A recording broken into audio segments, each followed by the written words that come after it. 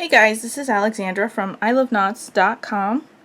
Today I'm going to show you how to make a snowman hat washcloth worked in half double crochet corner to corner boxes. I was inspired by my corner to corner leprechaun hat washcloth to make a snowman hat for winter. I'm going to be using WeCrochet Dishie yarn for mine. This is 100% cotton yarn. Originally, when I worked my leprechaun hat, I used lily sugar and cream, so I'm not really sure the finished size of this one working in the Dishie yarn because it's a little bit thinner. I did work up a little swatch using an I9 5.5mm hook, and I just didn't like how the stitches were looking in this yarn, so I want to go back to my preferred H8 5mm crochet hook. That's what I'm using here. When I worked up my gauge swatch, it came out to almost the same size as lily sugar and cream, so the finished washcloth is going to be somewhere around 8 inches. The last one I worked came out to 7 3/4 inches. The finished size isn't essential to me, so I'm not going to worry about it. I'm just going to go with it. I will show you in a minute how to work from a chart, but on my blog, iloveknots.com, you're going to find the written crochet pattern for this pattern, as well as a chart for whichever way is easiest for you to crochet from if you're following along. I prefer a written pattern, so mine looks like this, and this is how it will look on the blog. For example, row 11 says 1 white, 2 black, 3 red, 2 black, 3 white. That's my preferred way. That's how I'm going to be following along to make this pattern. I'm going to be working with just one ball of each color. This involves working from the center pull and the yarn tail that's wrapped around the yarn. The washcloth can tangle really easy as you're working it because all these different strands are going. I try not to fasten off as much as possible just because it gives me more ends to weave in, and I'm not a fan of that. So I just roll with it as long as I can and untangle as I go. If I reach a point where I need to introduce a third tail, then I will most likely go from the center pull out a long strand, fasten off, and then reattach that center pull wherever I need it. And then I work from that large strand that I pulled out until I run out, and then I repeat that process. The other way to make it a little bit easier on you and to avoid yarn tangling, you can either have multiple skeins of each color that you need. It makes it a lot easier to untangle as you go that way. Or you can do exactly as I said and just pull long strands of the color and then wrap them in butterfly bobbins. And bobbins are much easier to work from because they're closer to the washcloth body. I am just going to work from the balls of yarn as I go, and you will see me untangling and moving yarn around. That is just how I like to do my projects. You do it however works best for you. This is what my chart looks like. I hand draw all my charts. I am not going to write on this one because I still need to take a picture of it to put on the blog, but I will show you how to work from it using a chart from another pattern. I do have a sample here that I messed up on. As you can see, it has some marks and the numbers are all messed up, but some people will print this chart out and they will work their chart, and as they complete the rows, they will just mark a line through, meaning I just completed row 2, I'm working in this direction. After row 3, you would mark it like this. I just completed row 3. This one is row 4. Row 4 has 1, 2, 3, 4 boxes, and they're all cream. If you were doing row 8, it would be 1 cream box, 2 orange boxes, and then 1, 2, 3, 4, 5 cream boxes. And in a lot of the charts, I do all my charts handwritten, but in a lot of the charts where they use a program, a software program of some sort, they have the same number, like row 2's here and row 2's here. So it could be a little bit more confusing to follow, but in my charts I only put the numbers where the row starts. So row 6 is here and it goes downward, row 7 is here and it goes upward. So if you're following along with my chart, the box that has the number is the direction downwards or upwards that row is going to go. I need to start with a slip knot, so I have the white, which is the first color I'm going to be using. I just pulled the tail end over my fingers here. I'm going to wrap it around my index finger 2 times, then I'll hold the tension with my thumb and my middle finger. I'll take the loop that's on the left, pull it up over the other loop but not off my finger. Then I'll take the other loop that's on the left now, pull it up over the other loop and off my finger. Then I take my crochet hook and I insert it right into the center loop where my finger's at. I'll hold the working tail end with my right hand and I'm going to pull on the tail end with my left, and it tightens this slip knot up to normal tension.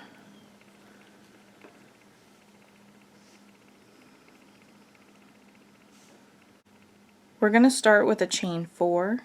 To chain, we're going to yarn over and pull through, yarn over, pull through, yarn over, pull through. We have 3, 1 more chain makes 4. Now we're going to half double crochet into the second chain. We don't count this loop that's on our hook, so there's 1 chain and there's 2 chains. Yarn over, insert our hook into the center of the chain, yarn over, pull through. We have 3 loops on our hook. Yarn over, pull through all 3 loops. That's a half double crochet. That's the stitch pattern that we're using for these boxes. We're going to half double crochet into each of the next 2 chains. Yarn over, insert your hook into the center of the chain, yarn over, pull through, 3 loops, yarn over, pull through all 3. Yarn over, insert your hook into the center of the chain, yarn over, pull through, 3 loops on our hook, yarn over, pull through all 3 loops. And I just tighten my little slip knot up. That might come loose again. We're going to secure that at the end when we weave in our ends. This is our very first box. Now we're going to start row 2, which is going to have 2 boxes. We're going to chain 4. Then we're going to half double crochet into the second chain and into the 3rd and 4th chains as well, just like we did in the first box.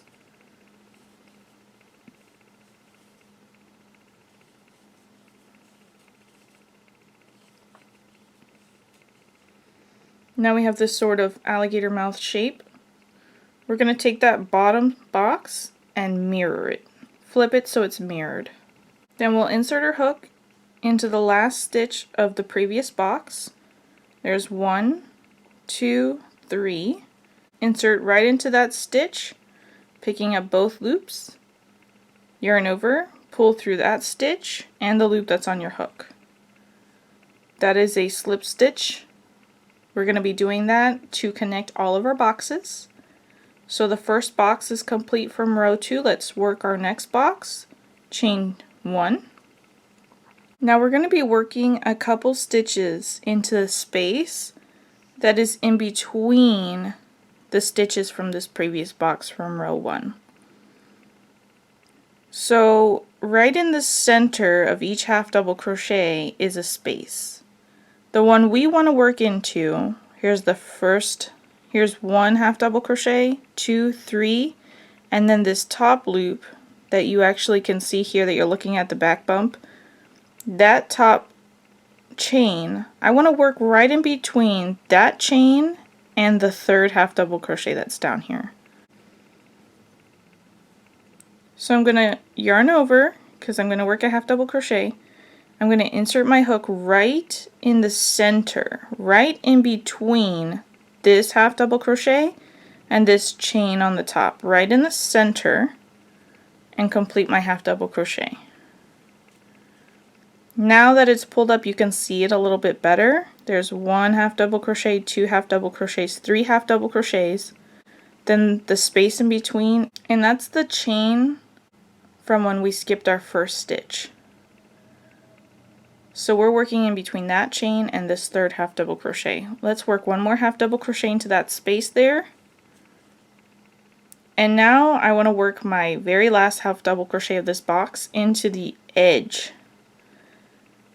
I do it here into the edge because it helps give a more even and crisp edging. We are going to put a border on it, which is going to help even things out, but this is my preferred way to do it. Yarn over, insert my hook right into that foundation chain there on the edge in the top corner, and complete my half double crochet.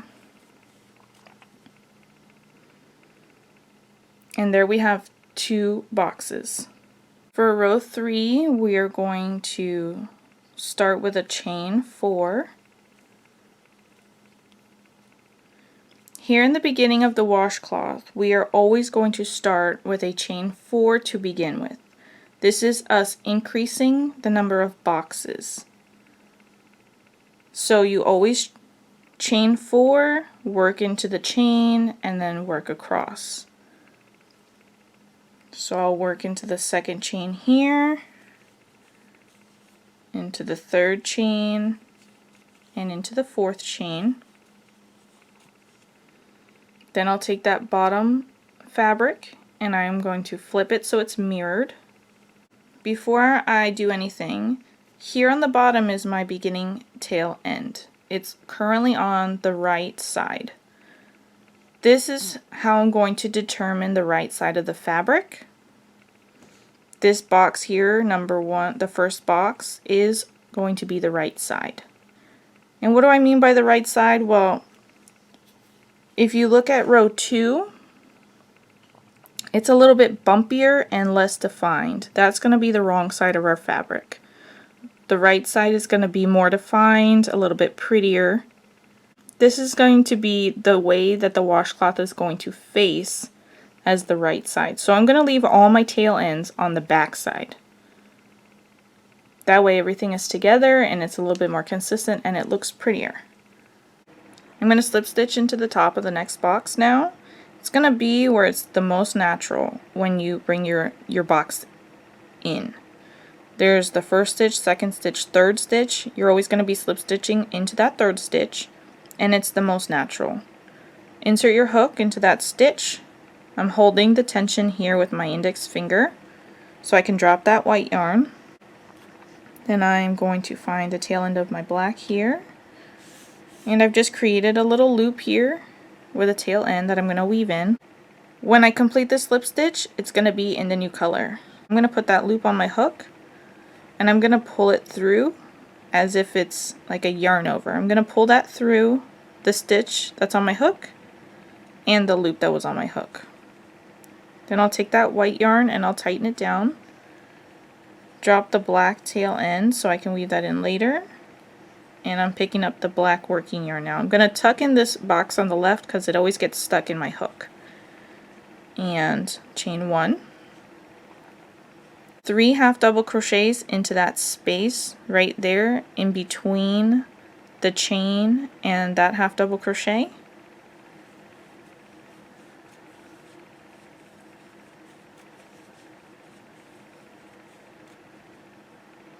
This is where we switch the colors. This is the loop that we pulled through. You see how it's kind of taller right now? If you take the white tail end from that and you hold your fabric and you just pull on that white tail end, it disappears. This is my favorite thing to do when I'm changing colors here. I just pull it so that it looks like it disappeared and it makes for a more seamless color change. You're going to see me doing that each time I change colors, and it usually pops back up because it's not secure until you weave in your ends or you work the next stitch. So right now it has slack and it'll keep coming up. So you'll see me pulling down on my tail ends, and that's what I'm doing. I'm just trying to hide that initial tail a little bit better so that my color change is more seamless. I'm going to insert my hook here into the top of the next box where I'm going to slip stitch 2. Then I'm going to hold the tension here with my index finger on those 2 loops. Here's the tail end from my other ball of yarn. So I'm just creating a loop that has enough yarn to weave in.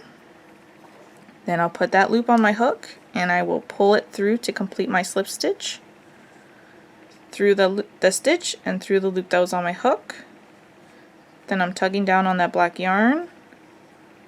I'm going to drop the new tail end to the back, weave that in later, pick up the new working yarn, chain 1, 2 half double crochets into that space there, 1 half double crochet into the top left stitch right there on the edge. Let me pull up a loop so I don't lose it. And now this black yarn right there, I'm just going to hold my fabric and pull on it to tighten that stitch up.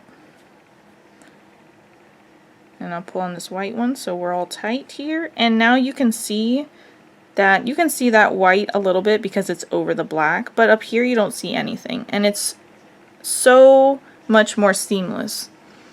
This is the way that I work all of my corner to corner projects, and I will continue to work that way all the way through. Row 4 is going to be 1 white box, 2 black boxes, and 1 white box. We're going to start with our chain 4 and complete our first box here.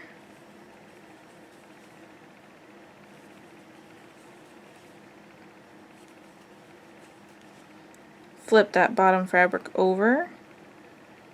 I'm going to go ahead and drop my working yarn to the front side. That's where all the tail ends are going to be, so I'm dropping it to the front side. Then I'll insert my hook into the top stitch where I'm going to slip stitch 2. I'm going to bring over this black yarn, and you're going to cross your fabric here. So when you yarn over with the black and pull it through to complete your slip stitch, just try to make sure it's not too tight. Through the stitch and through the loop on your hook completes the slip stitch. Then I'll take that white end and I'll just pull on it. And you can wiggle your fabric here if you need a little bit more give, just to make sure it's not bunching up your fabric there. Chain 1, 3 half double crochets into that space, and when you work these stitches it'll cover up that black strand that you just pulled over. Slip stitch to the top of the next stitch. I'm tucking down this left side, chain 1, 3 half double crochets into the space.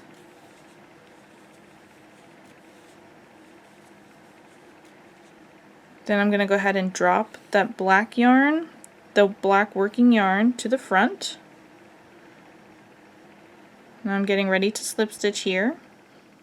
I'm going to pull this white strand up so that it's in a better position to grab it here in a minute.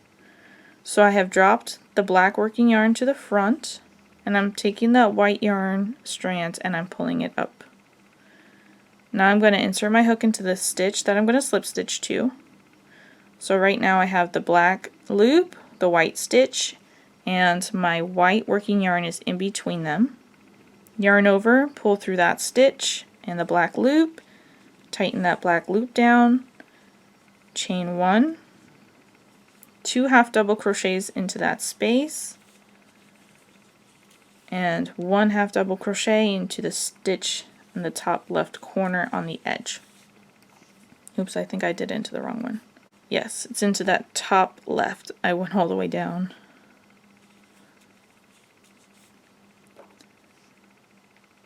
So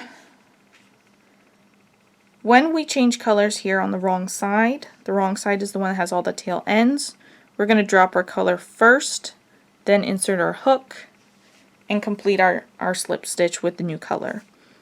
When we're pulling our yarn over, we drop our yarn first, then insert our hook in, pull the new color over, and complete our slip stitch. When we're pulling the yarn upwards, we drop our old color, bring the new color up into position so we can insert our hook on the left side of it and then complete our slip stitch. That is going to limit the float that you have on the back. It's going to hide it a little bit better. It's going to make it so that there's a little bit less slack in it. So here's the float that we carried over here, which it's white on white and you don't even notice it. And then, like I said, I tighten my loops down so that it makes my color change seamless. And now I'm ready for row 5. For round 5, we're going to have 1 white, 2 black, and 2 white boxes. So I'll start with my chain 4.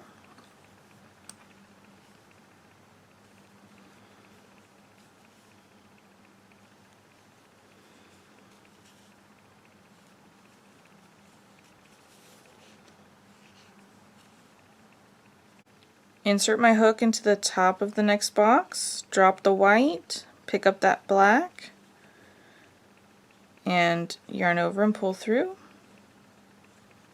Just make sure that when you pull over that black, it's not too tight so the fabric doesn't bunch up.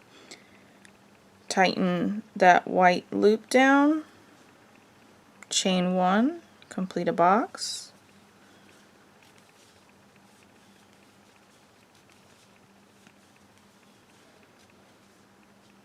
Slip stitch into the top of the next box, work another box in this black.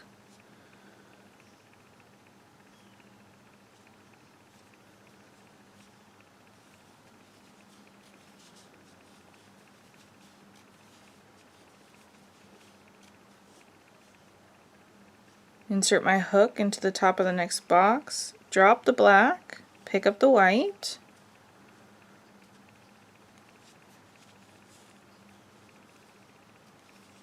and I'm going to finish this off with 2 white boxes.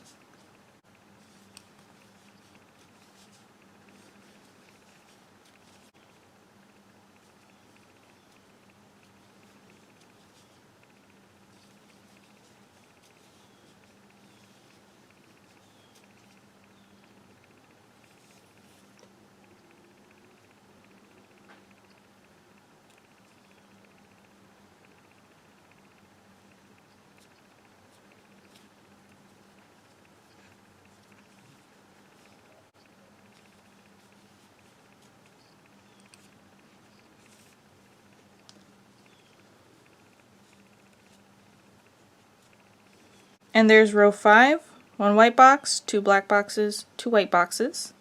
I'll go through one more row of color changes just in case we have any questions about working them from the wrong side.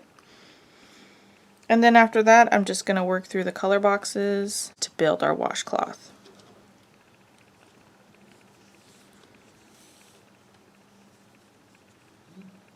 So for row 6, we're going to have 3 white boxes, 2 black boxes, and 1 white box. Always start with a chain 4 as our washcloth is increasing in size.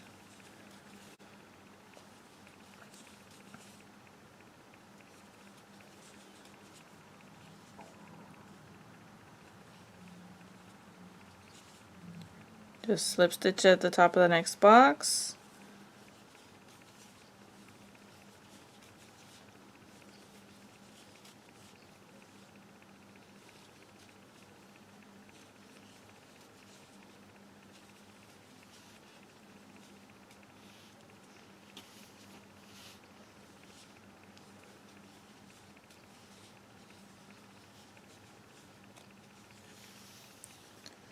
We've completed our first 3 white boxes. I'm going to hold the tension here with my index finger. I'm dropping the white to the front because that's where all of our tails are. We just want to make sure they're all on the same side. I'm picking up this black yarn. When we go upwards, we move the strand over first, then we insert our hook into that top stitch where we're going to slip stitch to, and it comes out just to the left side of that strand. Then we can yarn over with that string and pull it through, and it just makes it easier for us to grab it and hides it a little bit better in there. I'll go ahead and work my 2 black boxes.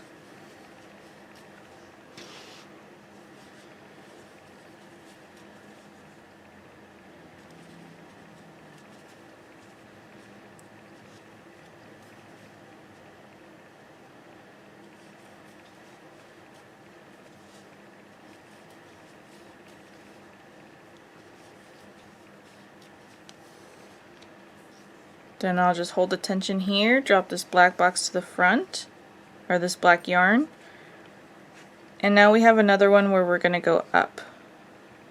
And since these are the only 2 that we have, remember that if you're going to go over, you just insert your hook as normal, then pull the yarn over and pull through. But if you're pulling your yarn up, then you do that first, then you insert your hook into that top stitch you're going to slip stitch to, inserting just to the left of that tail, and then complete your slip stitch. Then we'll work our last white box here.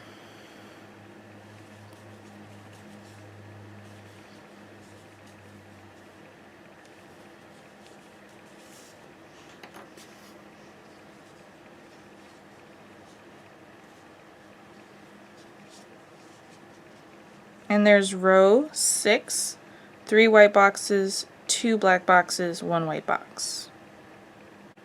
Round 7 is going to be 1 white box, 2 black boxes, 1 red box, and 3 white boxes.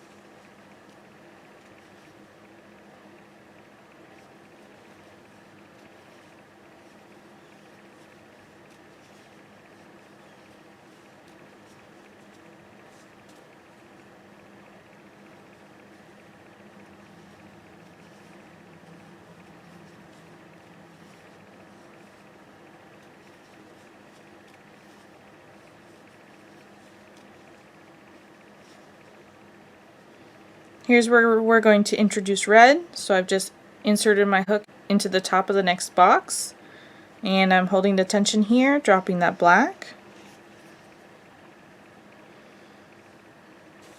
Here's my red yarn. I'm creating a loop and leaving a tail to weave in, and I'll just put that loop on my hook and pull it through.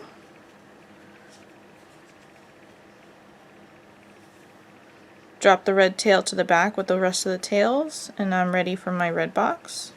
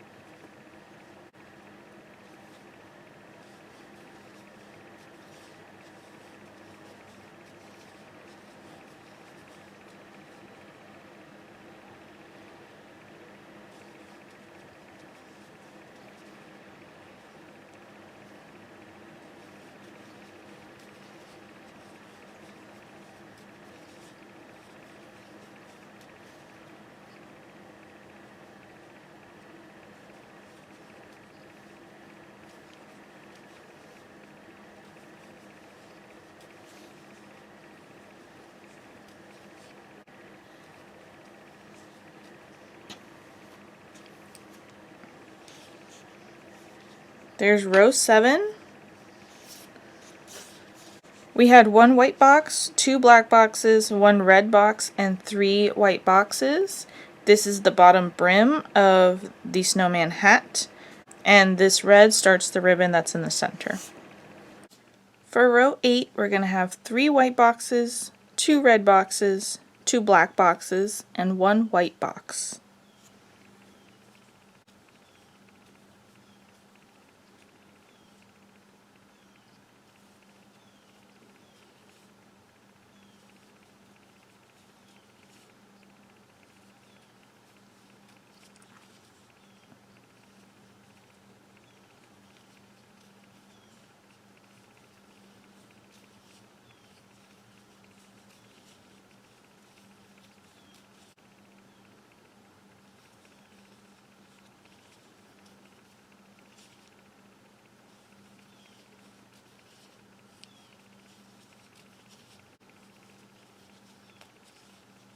Before I change to my red here, I just want to touch base on this color change one more time because we only had one of these.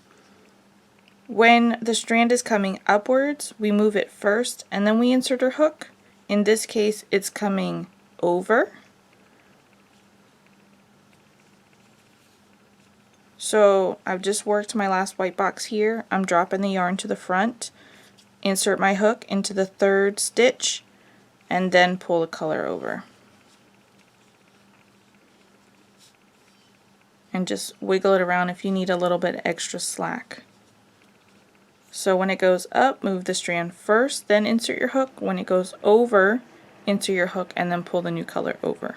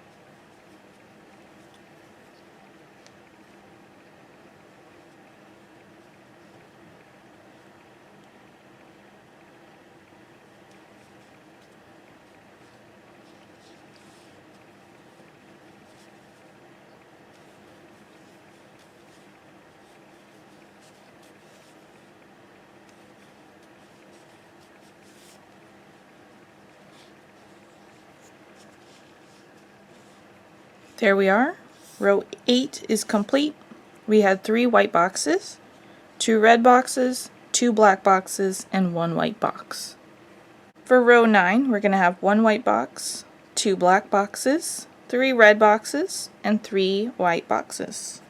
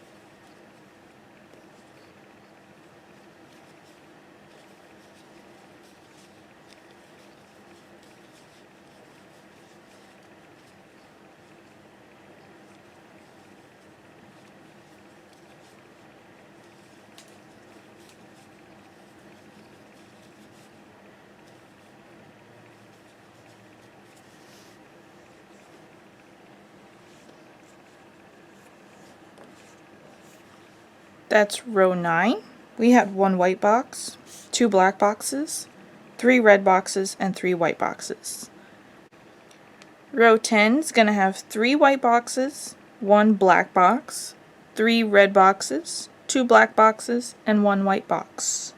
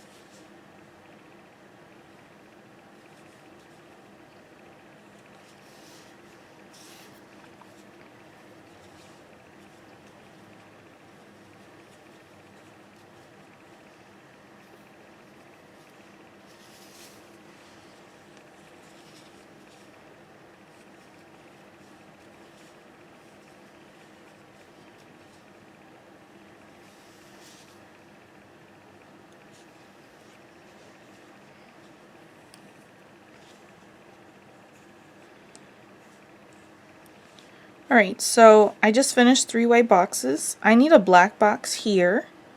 And because I have a black here that's coming from the center pole, I'm going to reintroduce a new tail end here, which I'm just going to do from the other side of my ball of yarn. So I'll now be working from both sides of my black skein.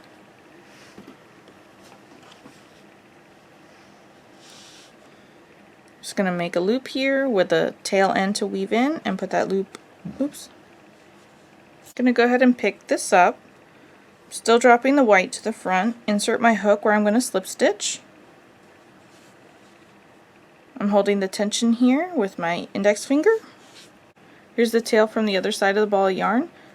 I've left a strand to weave in, and I've made a loop, and I'll put that loop on my hook and pull it through.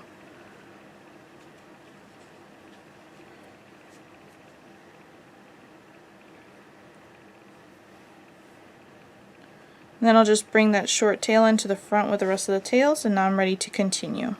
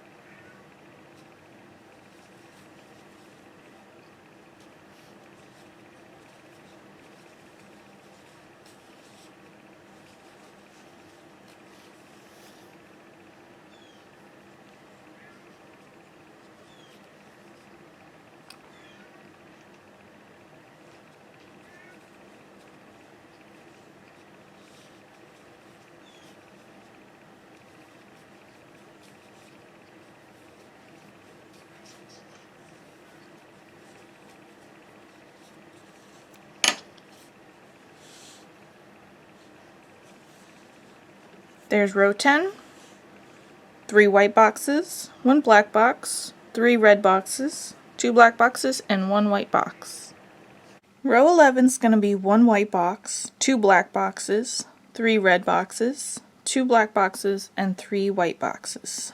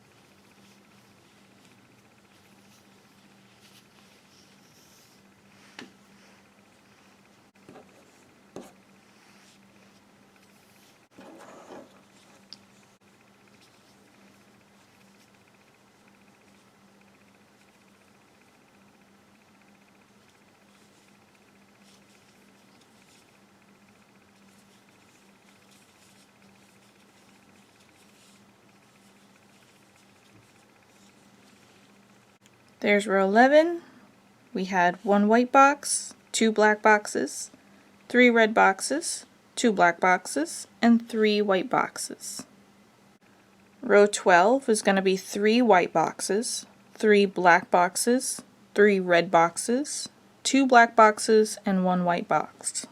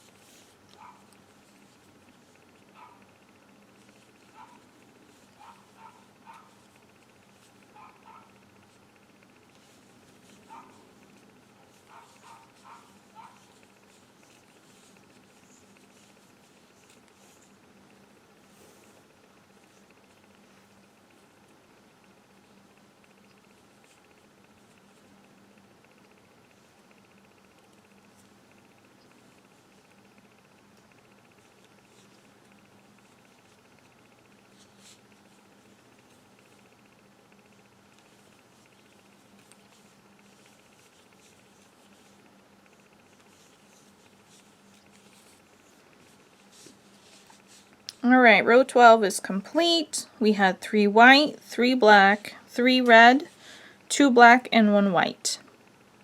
Row 13 is going to be 1 white, 2 black, 3 red, 4 black, and 3 white.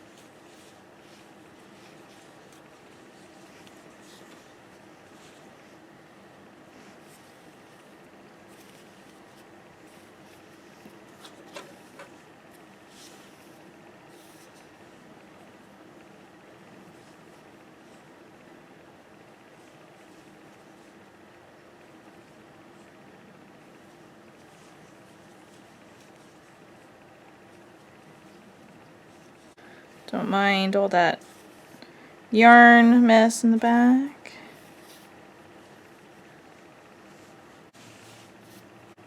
We had 1 white, 2 black, 3 red, 4 black, and 3 white.